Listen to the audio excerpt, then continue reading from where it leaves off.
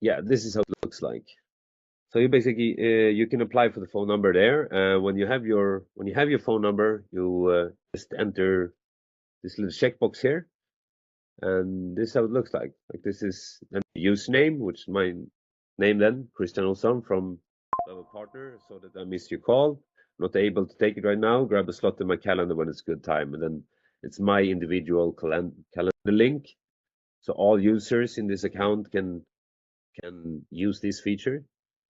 Like it's not just for the admin, it's or for the Yeah. for the company account. It's actually on a user level you can do this, which is pretty cool. And Okay.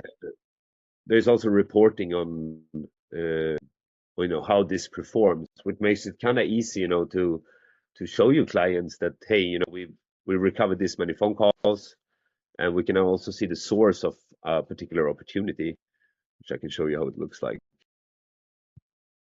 Yeah, Just a so you quick can see. question here. Is there any workflow after that, or is it just what you saw? Like, is there any other No, workflow? no, it's no workflow after that in particular for that.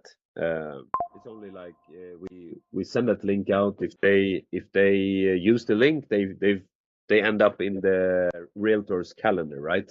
So Okay. no back. Um, and how much do you charge people for this?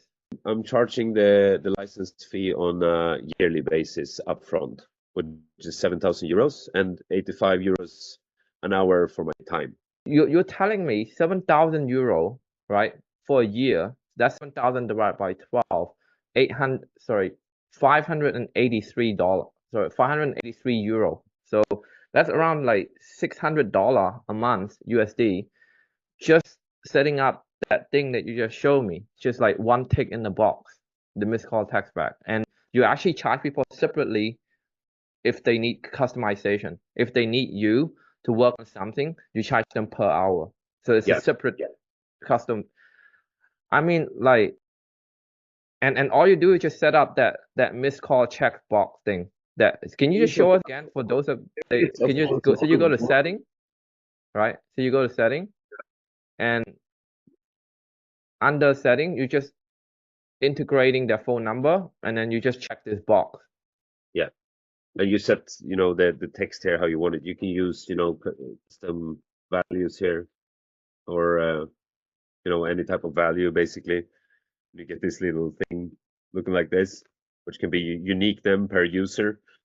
And yeah, same here. Okay. Like just doing that, 7,000 euro.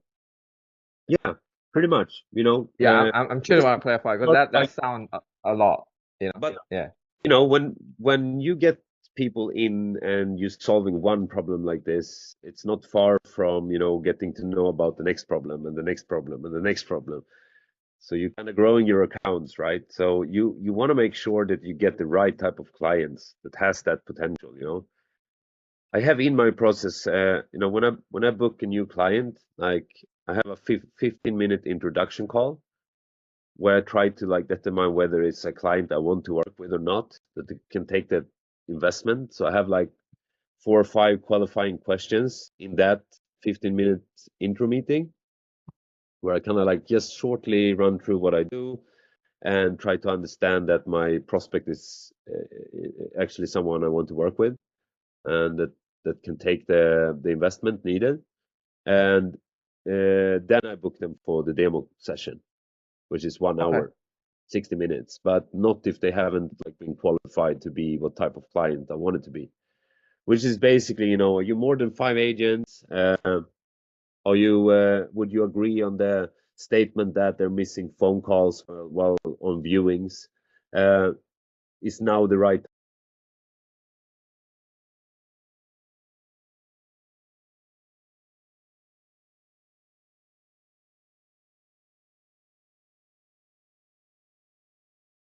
Case is missed call text back so that they don't lose opportunity on people calling about their listing. And number two is finding the right agent who can afford that, who actually have that problem. So solving one problem at a time for one industry, which is real estate agent, and then finding the people inside the industry that can afford like this price point, right? yes. And I mean, like we'll probably all have this question in our head right now.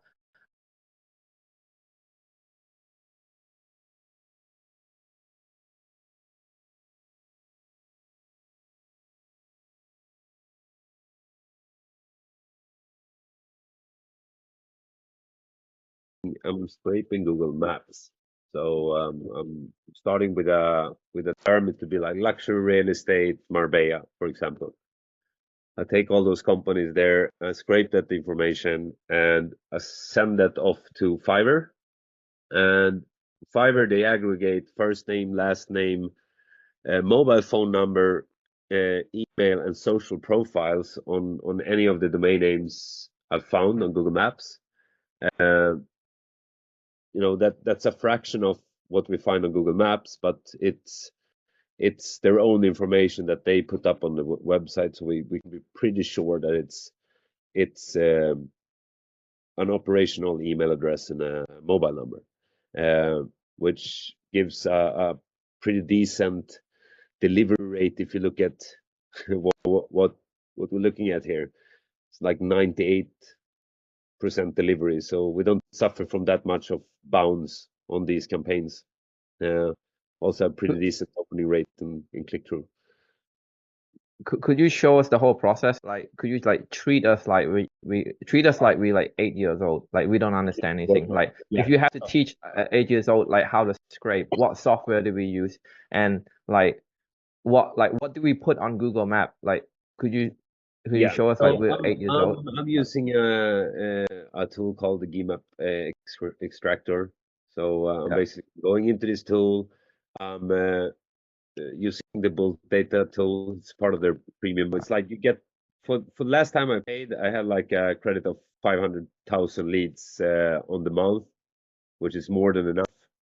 But we can call this like agencies Marbella, and we do like.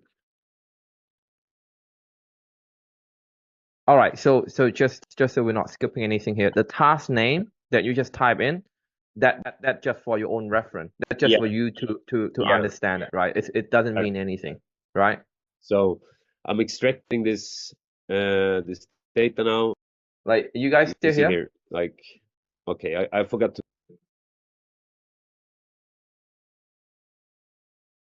Hello? Yes, Hey, I can hear you now. Hear me? is it my internet? Is it my internet connection or his internet connection? I can't Do you see hear me? anything.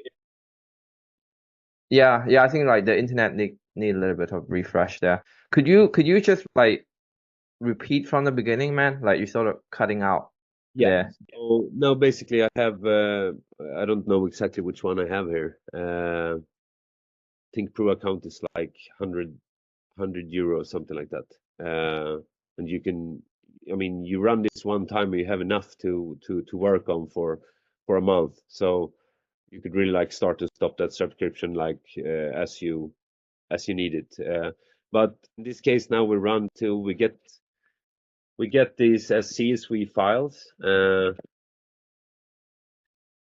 Looks like this. Okay, so we get all the information that is in Google Map. And what's really like you get all the phone numbers, domain name. So send this list to Fiverr, and this actual person then for cheap money, like I pay like 50 euro for a list of a couple of thousand domains, and they go manually to those domains and look for the realtors. Oh, and then you Yeah, you pass the list on to someone in Fiverr, and then the people on Fiverr will get the domain name and look up the CEO of that domain. Is that right? yeah, the owner basically, the The owner of owner, that the domain, and one by one, one by well, one. looks like this. You come to contact page, you find them here. This could be most likely be scraped too or automated if you do it in a more like big scale. I don't do it big scale. I don't do it to try to scale it up to something huge. It's more of my primary cash flow, and it should be balanced, and it should be only me, without any staff. So I don't have to do this in the same way as if you're building a big SaaS company, you know, and you want to have a lot of employers and office and stuff like that. That's something else. But you could probably automate this, like to scrape this information, and don't have to do the Fiverr step, you know. But we do it manually, and these are collected like owner or sales manager into Google Sheet. Okay. That sheet is then imported into GoHal level with a tag that sets off the workflow we were looking at here. No, sorry. Okay. Yep. So you get the list, and how much do you pay for someone in Fiverr to do this? And like, is it possible that you can log into your Fiverr account so we can see the job post? Like, what is the job post like?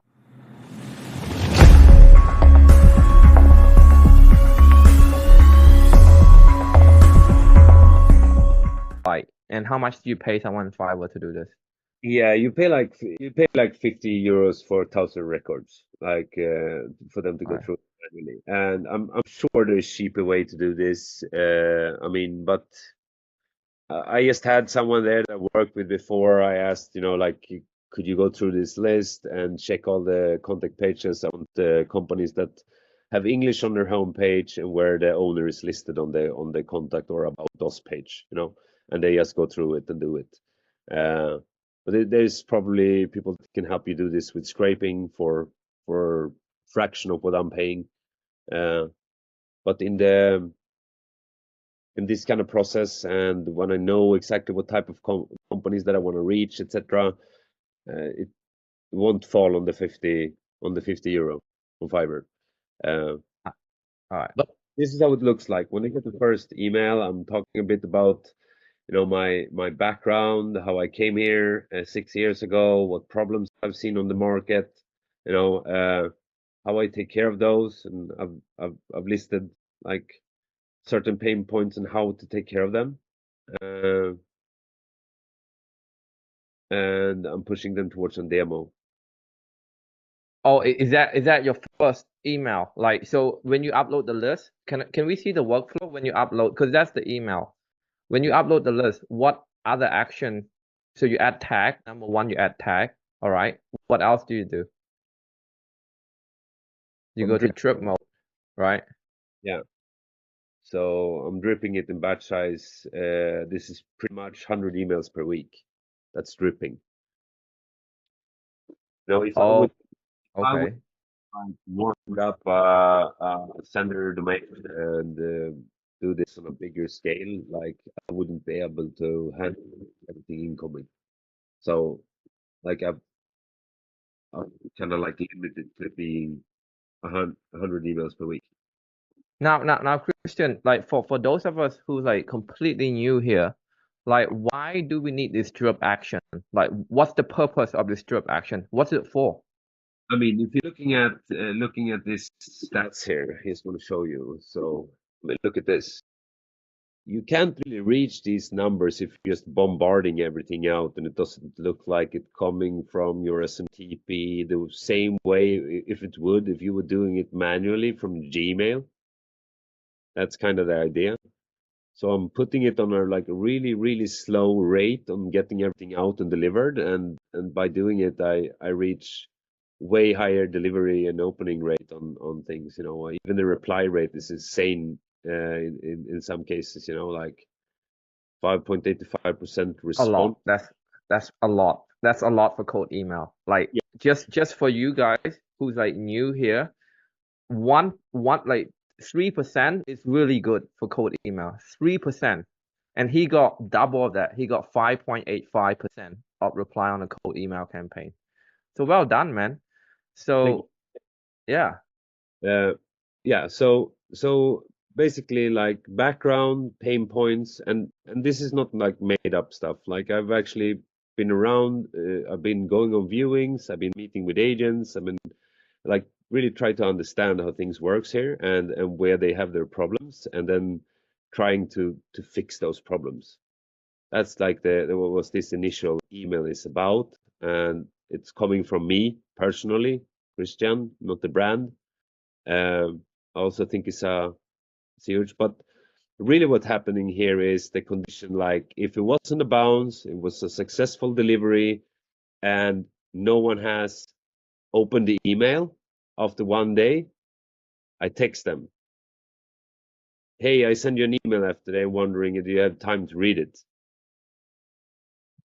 And that's also a reason to the high, like, even like the other half that didn't open up here, they they're pretty much opening down here. So then we're sending them a bit of success stories.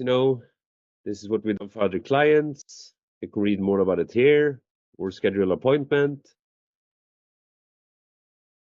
and they get some like information about how important it is to respond quickly to everything incoming. And the last of that, you get like a limited offer where I remove the 85 euros per hour on my like onboarding cost, and you only pay for the licenses if you take action immediately on this. And then I add to do a manual phone call. So it creates a task that I need to call this. They've now gone through the whole workflow, and they haven't taken any action here. So these people should be called, basically. I see. So for those who don't know, manual phone call is what? Sorry, like what exactly is manual phone call? What does It's that mean? No, it's just like that's the next action. It's a task. Next action that should be made with this is that someone, in this case me, should pick up the phone and call them, because they've I gone through see. the workflow, they've gotten the offer, they've read most of it, and they haven't taken any action. So I might have to call them and help them push them over the hill. I see. Yeah. So just recap, right? We're gonna recap the entire thing. So when they first come in, could you scroll up? Could you scroll all the way up, Christian? So when they first come in, they're gonna get tagged. That's very normal. You should tag all your lead, right? And then they're gonna go to a trip mode. Now that is very important because the trip mode is actually send email one by one. Can you just go to the trip again? I want to see what's the period. So here actually sending one email every 2 to 4 minutes, as you can see here, one email every 2 to 4 minutes instead of sending 1,000 email at one time like everybody else. Now the reason why he do that is because that's gonna help telling the email SMTP saying like this is not a spam. This is a regular people. This is a regular person sending regular email, right? Like like I'm sending email to my friend. Now a lot of people are sending 1,000 email in one click. That's probably why you go to spam. Okay. And then he has this welcome email that's saying, what's the welcome email just saying, this is who you are local in the area, you help real estate agent for the last 12 months, and you actually understand their problem, and would they like to have a phone call with you? And then you have a calendar link to case study, and then they can book a call from you from there, right? Yeah. But after that, you have a wait step. Let's go to the wait step, Christian, the wait step. How long do you wait for? You wait for 1 minute timeout. Is that Yeah. right? Yeah. And that's Okay. basically because I need to determine whether it was a bounce or not. Ah, I see. I see. So after the email, he's actually break everything down to a couple of scenario here. You have successful delivery, you have bounce, and then you have none. Okay. And then based on that condition, right, whether it's bounce or whether it's delivery, he have different action for those people. I think that's a very smart email workflow. We don't even have it this complex ourselves. Um, but like man, like this is well done. I like that. I mean, and the fact that he have the result to show for it, a lot of his delivery and a lot of his open is incredible. Can you just show us what's the number again on the last workflow? Sorry, on the bottom workflow. What is your open rate and what's your delivery rate? So In, that's 90 something, all right? in here. Slower. All right, so uh that's actually quite a lot at 3% click, 3.6% click. Now, if any of you guys send cold email regularly, like this number is like really good, getting people like at you know, 5% click or 7% click and 5% reply rate. It's insane for cold email. Well, I This mean, this is cold, right? It's not warm. no, it's not warm. It's It's it's cold. It's cold email. it's as cold as you can get. But the I think what you can learn about it is like it's all about finding real life problems and talking about the solutions, that it becomes super niched to the audience that you're emailing. You know, Mhm. imagine that you have you have a broken leg and there is no doctor in town. This is kind of like where they are right now. They have broken marketing department and there are no agencies in town that do what they promise. Same scenario, and all of a sudden there's a doctor showing up in your inbox saying, "Hey, I can fix your leg." Would you be interested? Of course you would. There's no one around that. You've tried to fix your leg 6 times now. Everybody promised things and it didn't work. Um, that's kind of the scenario on this particular market. So I think you need to be honest with yourself. Did you make up the problems you're trying to fix when you're selling? Or is there actually problems? Have you confirmed it with 10, 20 people that this is a problem and that they would gladly pay for fixing it? Ask Okay. yourself and try to see, are you actually solving real problems? Or if you're not that uh, niched and target in your communication, and that might be the reason for why you don't have these kind of numbers on your reply rate. But keeping really strict to one niche, solving problems that for agency 1, 2, 3, and 4, it's been this problem, so it's most likely for the next one, right? Too. So I think that's been the win here. Like, how do we qualify them? Like, with all this stuff. Trying to do the 15 minutes intro call, to limit that time, because there will be a lot of people that might not have the funds, that want to do the deal in a total different way than what you set your framework to be. And I think you should be strict to focus on selling on the framework you're currently exploring, to understand if you can find scalability or if it's sustainable to work on that model. You kind of need to be strict on your framework. So in my case, that's the 7,000 euro upfront, right? And to to see if can I keep closing deals on this level. Can I take up the price maybe even more from where I'm at right now, and the hour rate, etc. So I think to stick to that, very important.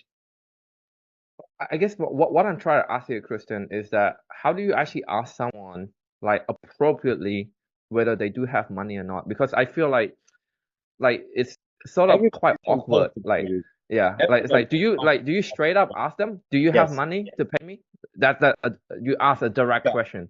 Exactly what I do, actually. I have my 4 questions. So the way I structure this call is I want them to talk first, okay? And I want to understand where they're at. How is it working with your current agency? Are you happy? Can they show you a positive ROI? Do you get any reports? It's always no, no, no. I pretty much know what I'm gonna get for answers for these questions, but I I ask them anyway to show that I trying to understand their needs. Then when I have that painted really clearly for me, that is when I'm trying to like lay out what we're doing. But to fully show them, I kind of need to get them to understand we need more time to sit down if I'm gonna start to do a demo, etc. But before I do that, because that's time consuming, and I'm very, precious with my time. I want to make sure that you qualify to be on this service to begin with, that I can provide you an ROI, and that this would work on your particular company. So I would like to ask you 4 qualifying questions, if you don't mind. And most likely they will say yes. And then I ask, like how many agencies, how many agents do you have today? Let's say 5. Okay. Uh, if we would to start working now, would now be the right time for you to invest in marketing and sales? Do you have the time to actually focus on that now? Many times the answer already there will be like, oh, we're going into high season now. This will be better to look at this and that time. Okay, good. Then we'll look at it then instead.